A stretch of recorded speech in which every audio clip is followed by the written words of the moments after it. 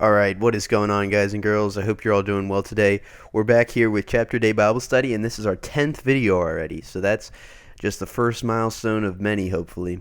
And we're going to hop right into the reading of Genesis 10. This chapter features another genealogy, so again, bear with me if I mispronunciate the names.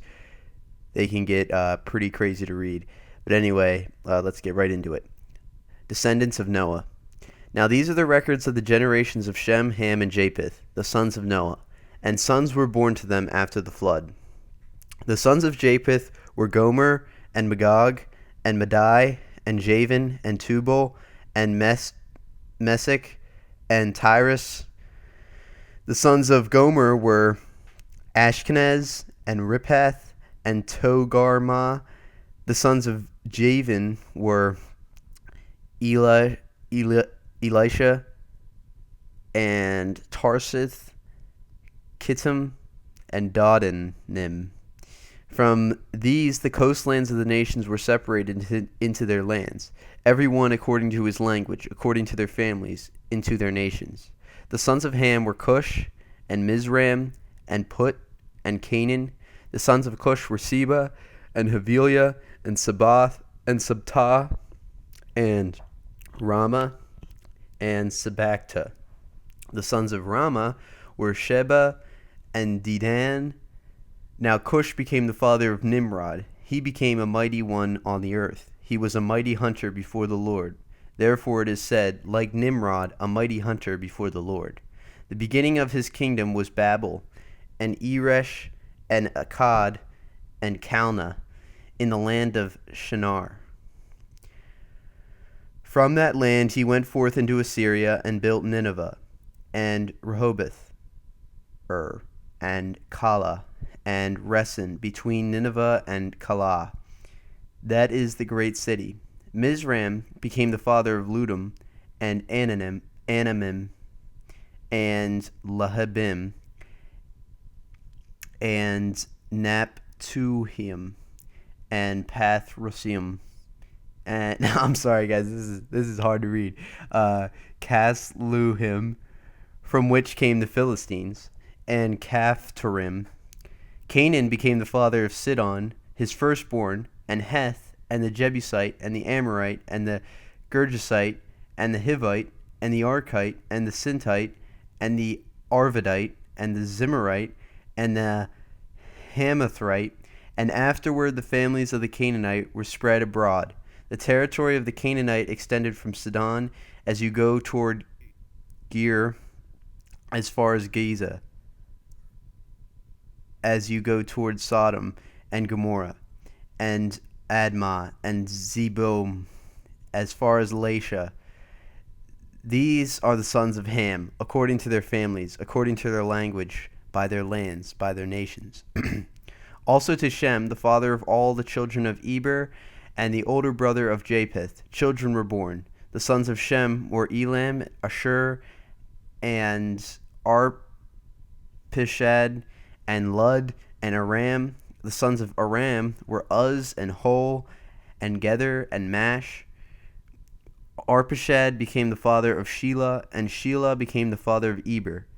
2 sons were born to Eber. The name of the one was Peleg, for in his days the earth was divided, and his brother's name was Joktan. Joktan became the father of Almodad, and Shelep, and Hazarmetheth, and Jerah, and Hadoram, and Uzal, and Diklah, and Obal, and Abamil, and Sheba, and Oper, and Havilah, and Jobeb. All these were the sons of Joktan. Now their settlement extended from Mesha as you go towards Saphar, the hill country of the east. These are the sons of Shem, according to their families, according to their languages, by their lands, according to their nation. These are the families of the sons of Noah, according to their genealogies, by their nations. And out of these the nations were separated on the earth after the flood. All right, everybody, I hope you all enjoyed the reading of Genesis 10. even though you probably couldn't understand anything I was saying because those names are so confusing. But nevertheless, let's look at the points of emphasis. So the first point is kind of a chapter overview. It's talking about Noah's descendants, Shem, Ham, and Japheth's descendants. That's pretty much what the whole chapter talks about. And the second point that I put there was separated after the flood. So after the flood, as you can imagine, God told them to be fruitful and multiply. Shem, Ham, and Japheth were, and they started having, lots of descendants, and they started to spread out as you would naturally think they would. They all kind of went their separate ways. I'm not saying as soon as they got off the ark, they just, those 8 people just dispersed. I'm saying that, they kind of probably stayed together for a while, and then once they started to grow in numbers, we're talking over several years, they started to separate and go their separate ways. At least probably one or two generations. I don't think it was like they got off the boat and they all just kind of dispersed. I think they probably stayed together for a little bit. I mean, there's only 8 people on the earth. It's got to be pretty lonely if you just straight up and left, So anyway, that's all I had for the points of emphasis. I mean, this is a genealogy. I don't want you to think that these chapters aren't important in the Bible. If they weren't important, they wouldn't be in the Bible. But, these help Bible scholars find different facts and so forth. But to us, we're just going through the Bible, and we're just looking at the main points and the main concepts of each chapter. So that's all I had for this one. But don't think that these chapters are not important. So let's look at the life application. So I'm just kind of having some fun with this chapter. I mean, it's not a real serious one or anything. So I just kind of made this joke. But, don't give your kids crazy names, and that way you won't have a 16-year-old sitting in his study trying to read these names and failing miserably. So I was just kidding around there. But number 2, family is important. So, it's sad for me. We're growing up, I should say, in a day and age where divorce is common, split families, all this kind of thing. And it's really sad for me. My neighbors are divorced. I have another couple's divorced on my street. I think that's all. 3, actually. Yeah, I have 3 divorced couples on my street alone. And there's only 12 houses on my street. So that's, 25%. So 25% of the people on my street are divorced. That's pretty insane.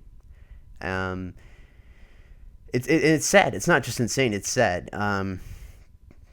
Family is important. God didn't design marriage to be, until our love runs out. He meant it to be until death do us part.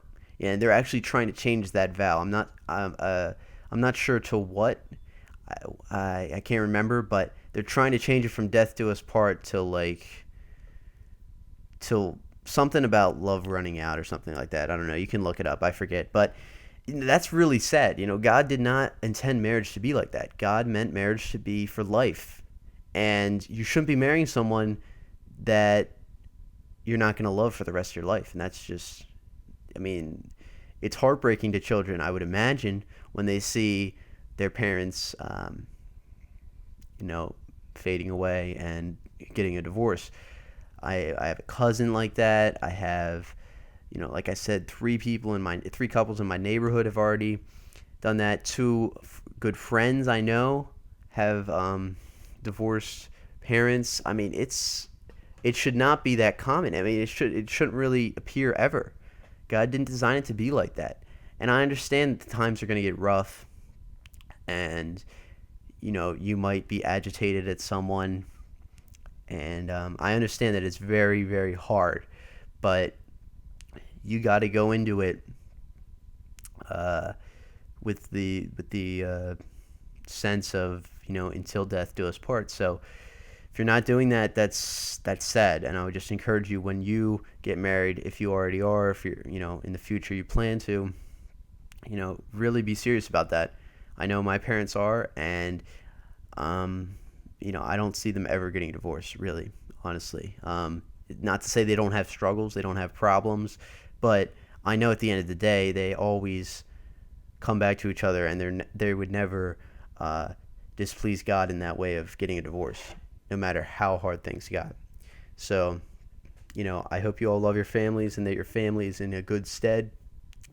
But this chapter just, sort of reminded me of family and how important it is. And I don't just mean to throw that out there like a cliche, but it really is. I mean, imagine if you didn't have your family, everything they've brought you, everything they've taught you, everything they've given you, just supporting words, whatever. They always raise you up in a time of need. So anyway, thank you guys for watching. I know it was a pretty skimpy chapter, not really much going on, but I hope you enjoyed anyway. I'll see you tomorrow with Genesis 11.